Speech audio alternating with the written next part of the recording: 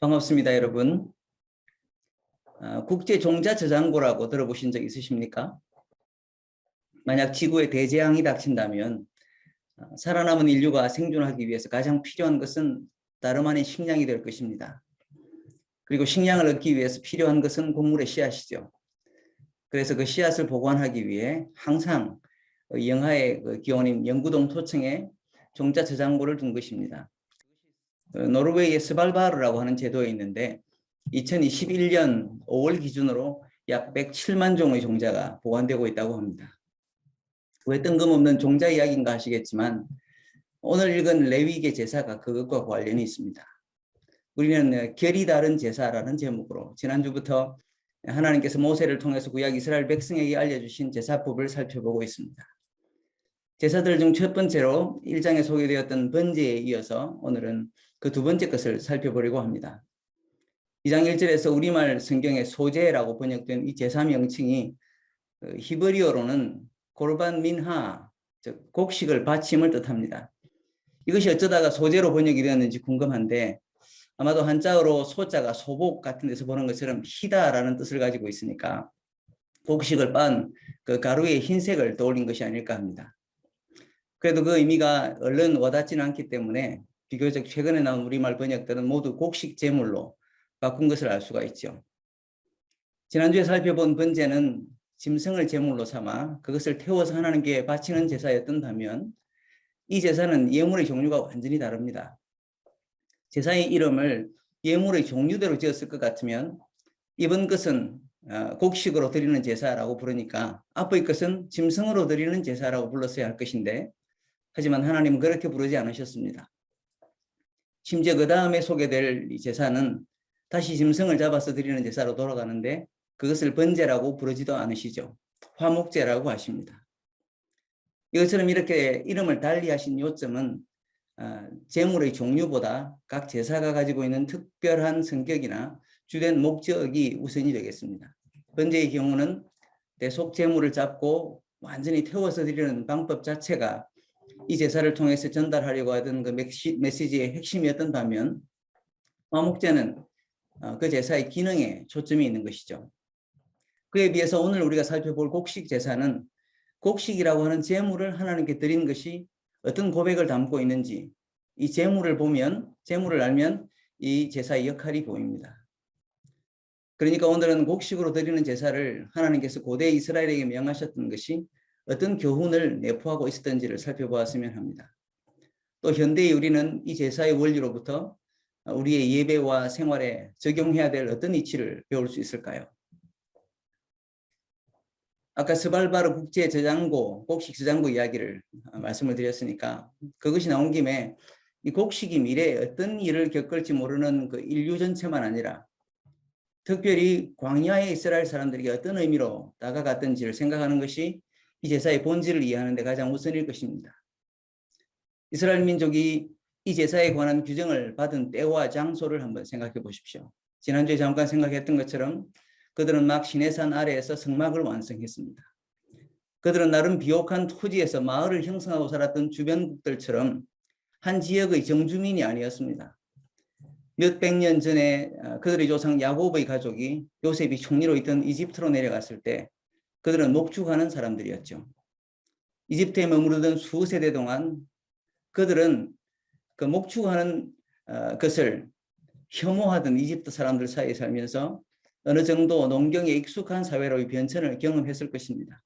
하지만 농경 문화로 완전히 이전한 것은 가나안에 정착할 때까지 이루어지지 않았습니다. 더구나 가나안을 향해서 이동 중이었던 이 광야에서의 노정에 어떻게 농경을 할 수 있었겠습니까? 목초지를 따라가면서 가축을 먹이기가 쉽지 한 곳에서 계절을 나며 곡식을 심고 추수하는 것은 결코 여의치 않았던 그 길 위의 인생을 살았습니다. 그러니 그들에게 하나님께서 매일 만나라고 하는 하늘의 양식을 내리신 것을 보십시오. 그들은 적어도 이 제사법을 들었던 당시에 그 광야에서 자신들이 심고 가꾸고 거둔 것을 저장하고 양식을 소비하는 것과는 거리가 먼 삶을 살고 있었습니다. 그렇다고 언급하면 이집트나 다른 이웃 민족들에게 가서 꾸거나 살 수 있는 형편도 아니었습니다. 그야말로 고립무원인 상황에서 자신들의 양식을 하나님의 공급에 의존해야 했습니다.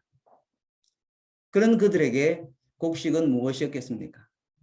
곡식의 의미를 전혀 몰랐던 것도 아니고 그렇다고 넉넉하지도 않은 상황에서 그것은 그들에게 미래를 기약하는 종자였다고 하는 것이 가장 적당할 것입니다.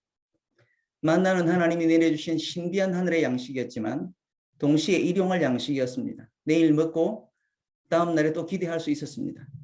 그러나 곡식은 아마도 출애굽 시기부터 시내산에 이르기까지 그리고 그 다음 구간의 여정에도 그들이 간소한 종자로서 매일 먹고 소비할 용도로 재고가 넉넉한 것이 아니었습니다.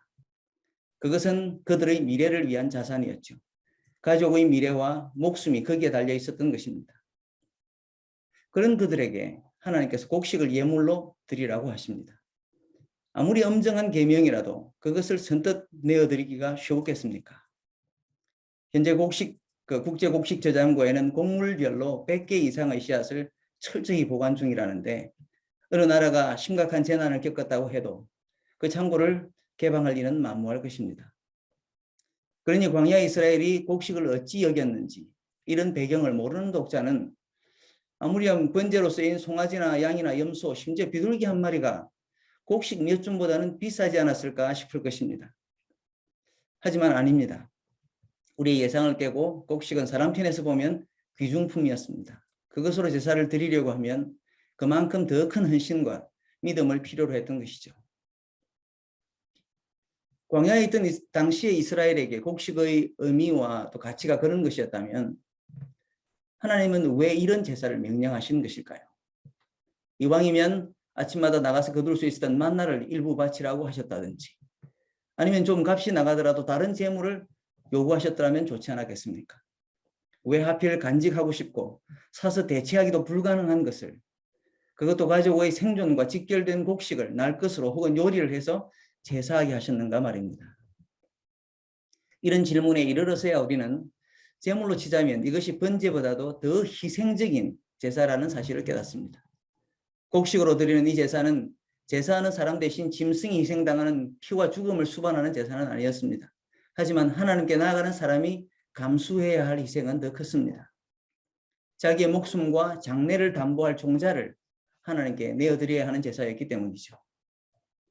사람들이 생각하기에 앞서의 번제는 짐승을 잡아서 남기지 않고 완전히 태워서 드린 전번제였던 만큼 그것이 하나님께 온전한 헌신을 의미한다고 여기기 쉽습니다. 그러나 그것은 한 사람의 목숨을 대신하여 죽은 짐승이 태워져서 하나님께 드려짐으로 인해 죄인이라도 거룩하신 하나님께 나아갈 수 있는 길이 열리는 은혜를 의미했습니다. 그에 반해서 이스라엘 백성이 광야에서 처했던 상황에 비춰볼 때 당시에 그들이 하나님께 전적인 의존과 신뢰를 표현하는 제사는 오히려 이 곡식 제사였습니다. 종자에게 달린 자신의 그리고 가족의 안전을 하나님께 내어 바치고 있기 때문에 말입니다. 그런데 이 제사를 드리는 과정을 자세히 살펴보면 그 절차를 통해서 헌신과 믿음을 표현하는 쪽은 비단 제사 드리는 사람만이 아닙니다. 이 제사를 통해서 하나님께서는 제사 드리는 사람과 제사장 아론의 가족 그리고 하나님 자신이 모두 연관된 헌신과 연합을 이루시고 또한 필요를 충족시키십니다. 번제에서처럼 모든 제물이 제단에서 불타 없어지는 것이 아니라 제물의 일부만 가져다가 제단 위에서 불사르고 나머지는 제사장이 먹게 하신 것만 보더라도 그렇습니다. 그것이 날 것이었던 요리가 되었든지 마찬가지였는데 대표적으로 가루로 제물을 드리는 경우에 해당하는 1절부터 3절을 보시죠. 누구든지 소제, 즉 곡식의 예물이죠. 소제를 여호와께 드리려거든 고운 가루로 예물을 삼아 그 위에 기름을 붓고 또 그 위에 유향을 놓아 아론의 자손 제사장들에게로 가져갈 것이요. 제사장은 그 고운 가루 한 움큼과 기름과 그 모든 유향을 가져다가 기념물로 제단 위에서 불사를 지니 이는 화제라 여호와께 향기로운 냄새니라. 그 소제물의 남은 것은 아론과 그의 자손에게 돌릴지니 이는 여호와의 화제물 중에 지극히 거룩한 것이니라. 이처럼 곡식 혹은 익힌 음식으로 드린 그 제물이 제사장에게 드려지면 우선 두 부분으로 나뉘었습니다. 그중 적은 부분을 기념물이라고 취해서 하나님께 불살라 향기로운 냄새로 드렸고 나머지 대부분은 아론과 그 자손의 몫으로 돌렸습니다. 흥미로운 점은 하나님께 불살라 드린 부분은 기념물로 불렸고 제사장들에게 주어진 것은 지극히 거룩한 것이라고 불린 점입니다. 정확히 무엇을 기념하려고 하는 것이고 또 왜 제사장들의 몫이 가장 거룩하다고 하는 것일까요? 이 문맥에서 기념물로 쓰인 그 히브리어 표현은 좀 더 정확하게 말하자면 제단 위에서 기념할 부분이라는 뜻입니다. 성경 전체에서 딱 6번만 그것도 특별히 곡식으로 드린 제사를 설명할 때만 쓰였습니다. 기념하다라고 하는 이 동사의 뿌리는 기억하다라는 뜻인데 히브리어가 속한 다른 셈족 언어 계열에서는 이 같은 그 언어 뿌리, 어근이 이름을 부르다, 떠올리다, 상기시키다 이런 뜻으로 폭넓게 쓰였습니다. 그래서 주석가들은 말하기를 하나님께 드린 이 적은 부분은 기억하게 하고 기념하고 또 상기하게 하는 목적을 가졌더라는 것입니다. 그러면 무엇을 기념하는 것이었을까요? 그건 하나님께서 자신의 공급자가 되어주셔서 양식으로 대표되는 인생의 필요에 모자라지 않게 하신 것을 기념한 것입니다. 그뿐만 아니라 그것은 하나님의 약속을 기억나게 하고 또 상기시켜 주었습니다. 현재 광야에 있는 동안에도 만나를 통해서 그날에 필요한 양식, 그 일용할 양식을 때를 따라 공급하시는 그 하나님의 성실하심에 대한 기억, 그리고 앞으로의 노정에서도 필요한 양식을 공급하실 주님을 기대하면서 말입니다. 그러나 이런 기념과 기억이 사람 편에서 하나님의 공급하심을 기리는 것만을 의미했다고 제한할 수는 없을 것입니다. 하나님의 성실하심에 대한 고백으로 사람들이 자신의 종자를 하나님께 드리는 희생과 신뢰를 표현할 때 하나님 편에서 역시 이렇게 신뢰를 표하는 사람을 향해 하나님 자신의 축복과 약속을 기억하시는 것이 있었다는 말입니다. 그렇기 때문에 이 제사의 메시지는 일방적으로 사람이 하나님께 드리는 것만이 아니었습니다. 하나님께 드리는 감사와 신뢰의 표현을 통해서 하나님 역시 그들을 향한 당신의 언약을 상기하시고 그들의 모든 형편을 늘 긴밀히 살피고 돌보실 열심을 진작하신 것입니다. 물론 사람이 하나님께 드리는 선물이 하나님을 더 열성적으로 축복하는 아버지가 되게 한다는 의미는 아닙니다. 하나님은 이미 이스라엘 백성의 불의에도 불구하고 그들이 하나님에게 나올 수 있는 은혜의 통로를 제공한 분이 아니십니까? 택한 백성을 향한 그분의 은혜와 사랑은 이미 사람이 감당할 수 없이 크고 광대하십니다. 그러나 이런 제사를 통해 적극적으로 감사와 신뢰를 표현한 사람은 자신의 능동적인 의사 표현의 결과로 하나님께서 자신을 향해서 공급하시는 은혜를 경험하는 일에도 훨씬 생동감이 있게 될 것입니다.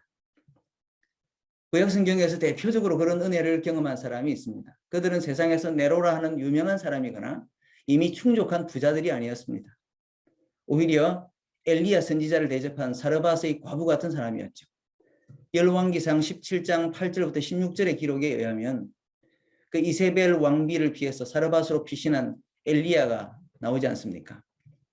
그런 그곳에서 과부를 통해서 그가 음식을 얻게 하시겠다고 하는 하나님의 음성을 듣습니다. 아니나 다를까 그가 성으로 들어갈 때 나뭇가지를 줍고 있던 한 과부를 발견하고는 그녀에게 물을 부탁하죠. 근데 거기에서 한 걸음 더 나가서 떡 한 조각까지 부탁을 합니다. 그러자 그 과부의 처음 대답은 맹세코, 떡은 없을 뿐더러 통에 가루 조그만 한 움큼 그리고 병에 기름 조금 남은 것이 전부입니다. 이렇게 말했습니다. 이렇게 선지자의 부탁은 의의가 없는 것이었지만 과부는 이내 그의 말을 따르죠. 그런데 그 결과가 아주 놀라운 것이었습니다. 기이하게도 과부의 곡식통 속 가루는 떨어지지 않았고 병의 기름도 마르지 않은 것입니다. 이 기적은 그 땅에 다시 비가 내리고 농작물이 자랄 때까지 계속되었습니다. 비록 사르밧의 과부가 성막에서 하나님께 곡식으로 예물을 드린 것은 아니었지만 이 일화는 같은 원리를 보여주는 것입니다.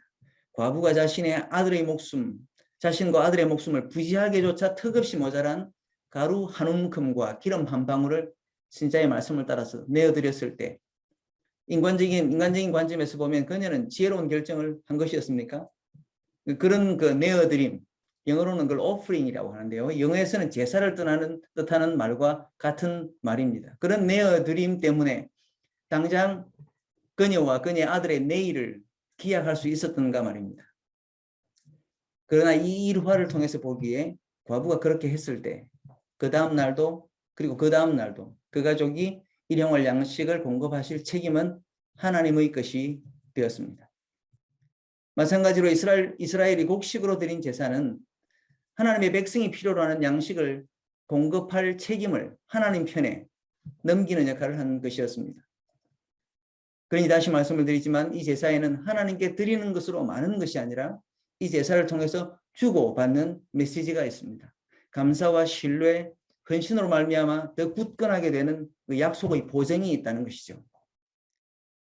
그런 메시지가 이 제사에는 있지만 세상의 어떤 거래관계나 특히 우상에게 드리는 제사에서는 찾아볼 수 없죠. 그렇기 때문에 이 제사만 가진 완전히 새로운 결이 그것입니다. 그리고 그것이 불과 한 움큼의 가루와 혹은 음식의 일부분에 불과했을지라도 이 제사의 소위 기념물이 가지고 있는 의미였습니다. 곡식으로 드린 제사의 일부가 이렇게 기념물이 되어서 하나님의 신실하신 공급을 기념하고 또 기약하게 하였던가 하면 그 나머지 더 많은 부분은 제사장에게 드려졌다고 합니다. 그 부분을 일컬어 성경은 지극히 거룩한 부분이라고 거듭 강조하는데요. 하나님께 불살라 향기로운 냄새로 드린 부분이 아니라 제사장들에게 돌려지는 이 부분을 오히려 지극히 거룩하다라고 이야기하는 이유는 무엇일까요? 이 표현은 다른 제사들에서도 계속 등장합니다.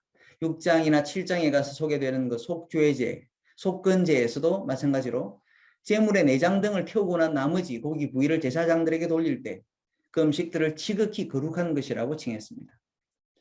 즉 이것은 달리 거룩한 것이 아니라 하나님이 정하신 목적을 위해 특별히 구별되었다라고 하는 의미에서 거룩한 것인 것이죠. 그 제물만큼은 제사가 끝난 후 아무 사람의 차지가 되면 안 된다는 의미에서 그리고 제사장들 역시 아무 장소가 아니라 성막의 제한된 장소에서 그것을 취식해야 한다는 점에서 말입니다. 사실 제사장들은 가나안으로 들어간 후에도 레위인들과 함께 이스라엘의 모든 지파들 중에서 자신들 분깃의 땅을 받지 않았습니다. 그들은 스스로 농사 짓지 않았기 때문에 사람들의 선의에 의존할 수밖에 없는 사람들이었죠.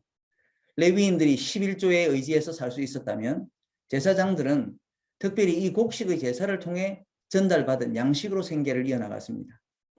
그런 의미에서 제사장들 입장에서도 그게 드려지는 제물 전체를 다 받아가지지 않고 제단에서 일부를 기념물로 태워 불사르는 것이 하나님의 은혜와 신실하심을 그들 역시도 기약하는 그들 편의 제사가 되기도 했습니다. 이렇게 이스라엘 백성이 곡식을 제물로 드리는 제사를 통해 드리는 당사자와 하나님 간의 1대1 관계만 아니라 제사로 섬기는 제사장들까지 생계에 필요한 양식을 공급받도록 하나님이 이 제사를 디자인하신 것을 보십시오. 하나님은 이 제사를 중심으로 하나님의 언약 공동체가 서로 의존하게 하셨습니다. 하나님의 성실하심을 신뢰하는 가운데 자신이 아끼는 것을 내어드림으로써 이 신앙 공동체의 생태계가 건강하게 유지되게 하셨습니다. 만약 어느 한 편이라도 하나님에 대한 신뢰를 저버리게 될 때 그래서 백성들이 곡식의 제사를 드리지 않게 되거나 혹은 제사장이라도 이래서는 먹고 살기 힘들겠다라고 하는 생각이 들어서 자신의 직무를 포기했더라면 무슨 일이 벌어졌겠습니까? 그 공동체 예배는 와해되고 말았을 것입니다. 그것은 오늘날도 마찬가지죠. 그렇기 때문에 비록 오늘날은 이런 제사가 없다고 하더라도 하나님이 세우신 원리가 중요합니다. 오늘날 우리에게는 성소가 없고 곡식으로 드리는 제사에서 기념물과 지극히 거룩한 부분을 구분하지도 않습니다. 하지만 하나님께로 향한 우리의 감사와 신뢰는 계속되어야 합니다. 그러면 그 감사의 제물로 말미암아 좁게는 우리 교회라고 하는 믿음의 공동체가 그리고 넓게는 전 지구적인 그 공교회가 감당해야 될 어떤 교회의 선교까지 아울러 감당할 수 있습니다. 사도 바울이 빌립보 교회에게 그들의 선교 헌금에 대해서 감사와 격려의 인사를 전할 때 구약에 정통했던 그 바울 그의 마음속에 떠올랐던 것도 다름 아닌 이 제물이었을 것입니다. 그는 빌립보서 4장 18절에서 이렇게 말합니다. 빌립보 사람들아 너희도 알거니와 복음의 시초에 내가 마게도냐를 떠날 때 주고받는 내 일에 참여한 교회가 너희 외에는 아무도 없었느니라. 데살로니가에 있을 때에도 너희가 한 번뿐 아니라 2번이나 나의 쓸 것을 보내었도다. 내가 선물을 구함이 아니요 오직 너희에게 유익하도록 풍성한 열매를 구함이라. 내게는 모든 것이 있고 또 풍족한지라. 에바브로디도 편에 너희가 준 것을 받음으로 내가 풍족하니 이는 받으실 만한 향기로운 제물이요 하나님을 기쁘시게 한 것이라. 받으실 만한 향기로운 제물이요 하나님을 기쁘시게 한 것이라. 이 표현의 마지막 말은 곡식을 드리는 제사에서 하나님의 신실하심을 기억하는 기념물을 불살라 드릴 때 그것이 여호와께 향기로운 냄새가 되리라고 했던 표현과 일치하지 않습니까? 즉 사도 바울은 오늘날의 헌금이 과거의 제사와 맥을 같이 하는 점을 인식한 것입니다. 우리는 이렇게 곡식으로 드리는 제사가 기념물과 또 지극히 거룩한 부분으로 나뉘어 제사 드리는 사람, 하나님, 제사장을 함께 그리고 나아가 언약의 공동체 전체를 긴밀하게 섬기는 것을 살펴보았습니다. 그런데 지금 이 제사가 지닌 특별한 의미가 제사 규례가 처음 제정된 광야를 배경으로만 생각할 일이 아닙니다. 먹고 사는 생업의 문제가 한 민족에게 얼마나 중요합니까? 그리고 이 민족은 지금 광야를 지나면서 하나님이 약속하신 땅으로 한 발 한 발 나아가고 있지 않습니까? 과거의 이집트가 지금의 광야와는 비교할 수 없는 다른 환경이었듯이 요단강을 건넌 후에 그들이 맞이할 가나안에서의 생활 역시 완전히 다른 것이 될 것입니다. 우리가 새해 첫 주를 맞이하면서 살펴봤던 말씀도 그것입니다. 가나안에 들어가 처음 맞이한 6월절에 그들이 먹었던 음식은 그 땅의 가나안의 소산이었으며 그 다음날 만나가 끊어졌더라는 그 여호수아 5장 말씀 말입니다. 이런 변화를 앞에 두고 있다는 사실을 생각할 때 이 제사가 시사하는 점, 가르치려고 하는 점 역시 지금 당면한 광야에서의 긴급한 필요 못지않게 이 제사를 통해서 두고두고 하나님께서 그들의 후손에게 가르치시려고 하는 게 있었습니다. 우선 이곳 광야, 심지어 지나온 이집트와 다르게 앞으로 가나안에 들어가면 그들의 식량 문제가 어떻게 달라질지 하나님께서 모세를 통해서 예고하신 말씀을 생각해 보십시다. 신명기 6장 10절에서 12절은 가나안에서의 풍요를 이렇게 정리하고 있습니다. 네 하나님 여호와께서 네 조상 아브라함과 이삭과 야곱을 향하여 네게 주리라 맹세하신 땅으로 너를 들어가게 하시고 네가 건축하지 아니한 크고 아름다운 성읍을 얻게 하시며 네가 채우지 아니한 아름다운 물건이 가득한 집을 얻게 하시며 네가 파지 아니한 우물을 차지하게 하시며 네가 심지 아니한 포도원과 감람나무를 차지하게 하사 네게 배불리 먹게 하실 때 너는 조심하여 너를 애굽 땅 종되었던 집에서 인도하여 내신 여호와를 잊지 말고 이렇게 말씀하면서 11장에 가서는 이런 풍요로운 삶을 지속할 수 있는 새로운 환경으로서 가나안에서 경제하게 필요한 여건을 이렇게 말씀하십니다. 네가 들어가 차지하려 하는 땅은 네가 나온 애굽 땅과 같지 아니하니 거기에서는 너희가 파종한 후에 발로 물대기를 채소밭에 댐과 같이 하였거니와 너희가 건너가서 차지할 땅은 산과 골짜기가 있어서 하늘에서 내리는 비를 흡수하는 땅이요 네 하나님 여호와께서 돌보아 주시는 땅이라. 연초부터 연말까지 네 하나님 여호와의 눈이 항상 그 위에 있느니라. 이집트와 가나안의 환경 간의 가장 대조적인 차이는 단순히 가나안에서 그들이 차지할 공짜 우물이나 원래 가나안 민족이 가꾼 과수원을 득템하는 것이 아닙니다. 신명기 11장의 말씀처럼 그것들을 유지하고 또 새로이 경작하는 데 있어서 한편으로는 더 풍족한 결실이 예상됩니다. 하지만 그것은 한 가지 전제 조건이 있습니다.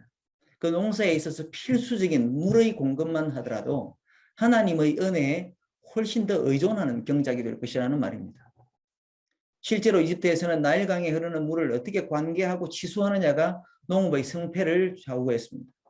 그러나 가나안 땅에 들어가서는 드넓은 강에 물이 넘실대지도 않고 저수지가 있을 것도 아니니 때를 따라 하나님이 내리시는 비를 기대해야 했습니다. 문제는 철 따라 베푸시는 하나님의 이런 돌보심에 의존하여 이 소출을 농작물을 기대하는 생활을 이스라엘 백성이 축복으로 알까 하는 것입니다. 하나님의 은혜에 의존하기보다는 보험을 들고자 하는 것이 사람이 아닙니까?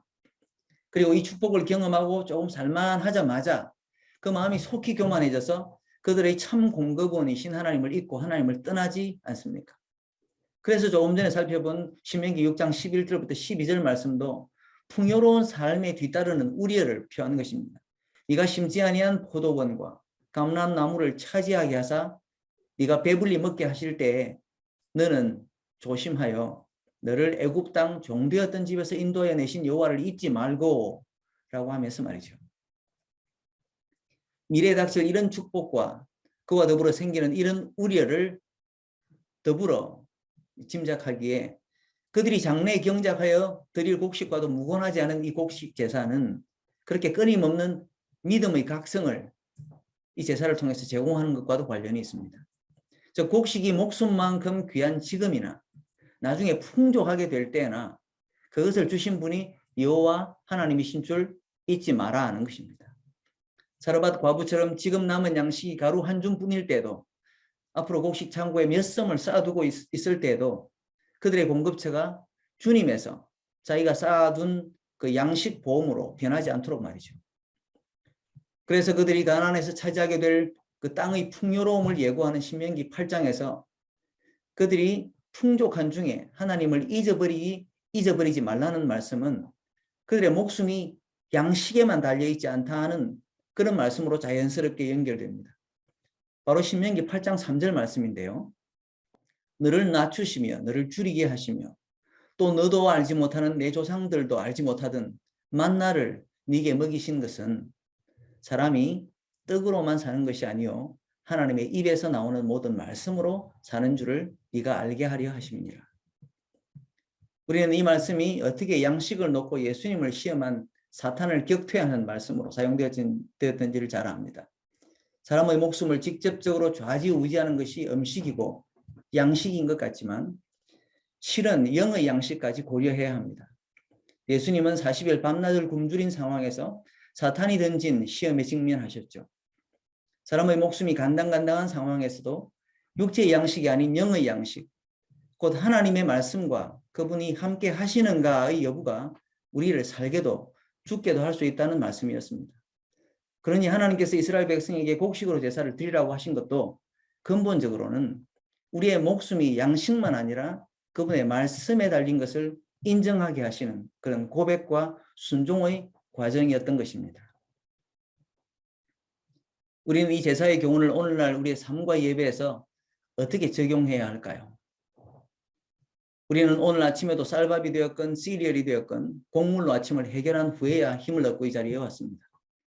다름 아닌 이 양식을 제사의 재료로 정하신 이 제사법을 통해서 우리 삶의 전 분야에서 하나님의 공급에 의존하고 또 앞으로도 베푸실 것을 기대하는 법을 일찍이 구약 이스라엘 시절부터 지금까지 배우게 하신 하나님께 감사하십시다.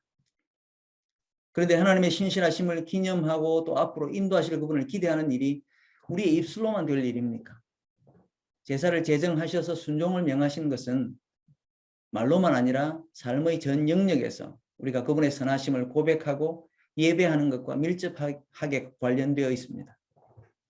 애지중지 키운 식물에 그간 쏟은 정성과 땀까지 다 베인 것이 하나님께 드려졌습니다. 특히 광야를 지내던 시기에는 그들의 소유 중에서 가족의 미래를 담보하는 아주 소중한 자산이었습니다. 그것을 하나님께 내어드리던 것이 이 제사였고 예배였던 것이죠. 이런 제사와 마찬가지로 근본적으로 희생이 따르지 않는 것을 우리가 예배라고 부를 수는 없는 것입니다. 곡식으로 드린 제사가 사람 편에서 보아서는 번제보다 더 희생적인 제사였다는 점을 기억하십시다. 혹자는 이 부분에서 우리가 어떤 수준을 희생이라고 부를 수 있는가 라고 물으면서 그 기준을 이렇게 말했습니다. 내일 혹은 다음 시즌에서의 내 삶을 위협하는 수준, 그것이 희생이라고 말이죠. 이것을 내어드림으로 인해서 당장 내일 먹을 것이 불안한 수준 혹은 다음 시즌이 보장되지 않는 것이 희생이라는 뜻입니다. 좁게는 봄, 여름, 가을, 겨울 같은 계절에서부터 내가 결혼한 후, 아이를 낳은 후 혹은 내가 직장에서 은퇴한 후 같은 인생의 계절까지 말입니다. 이스라엘 백성이 드렸던 제사의 경우 그것은 틀린 말이 아니었습니다. 종자를 드리면 바로 이듬해 뿌릴 씨앗이 줄어들고 그러면 그 소출로 먹을 계절이 불안해지는 것 아니겠습니까? 솔직히 우리는 오늘날 하나님의 자리를 은행과 보험으로 대체했습니다. 우리는 일용할 양식을 하나님께 의존하는 것이 아니라 국민연금과 각종 보험, 노후를 위한 투자에 의존합니다. 마찬가지로 하나님께 곡식을 제사 드리는 것이 아니라 매월 납입액을 통장에다 붓죠. 이것이 불편한 진실입니다. 그리고 거기서 만족할 줄을 모릅니다. 더 많이, 더 넉넉하게 하려고 하다가 과거의 이스라엘 백성이 가나안에 들어가서 그 땅의 풍요를 맛보게 되면 하나님을 잊는다고 경고했던 그 운명을 그대로 맞이하죠. 불과 한 2주 된 것 같습니다. 우리는 우리나라 벤처업계의 대표 주자가 사망했다는 소식을 들었습니다. 그는 6천만 원으로 24조를 일으킨 신화라고 불렸습니다. 그런 사람이 50대 중반의 돌연사를 맞이한 것은 불행해 보입니다. 우리는 그의 사생활도 신앙에 대해서도 모릅니다. 하지만 그의 죽음이 이 말씀과 관련하여 떠올리는 질문은 있습니다.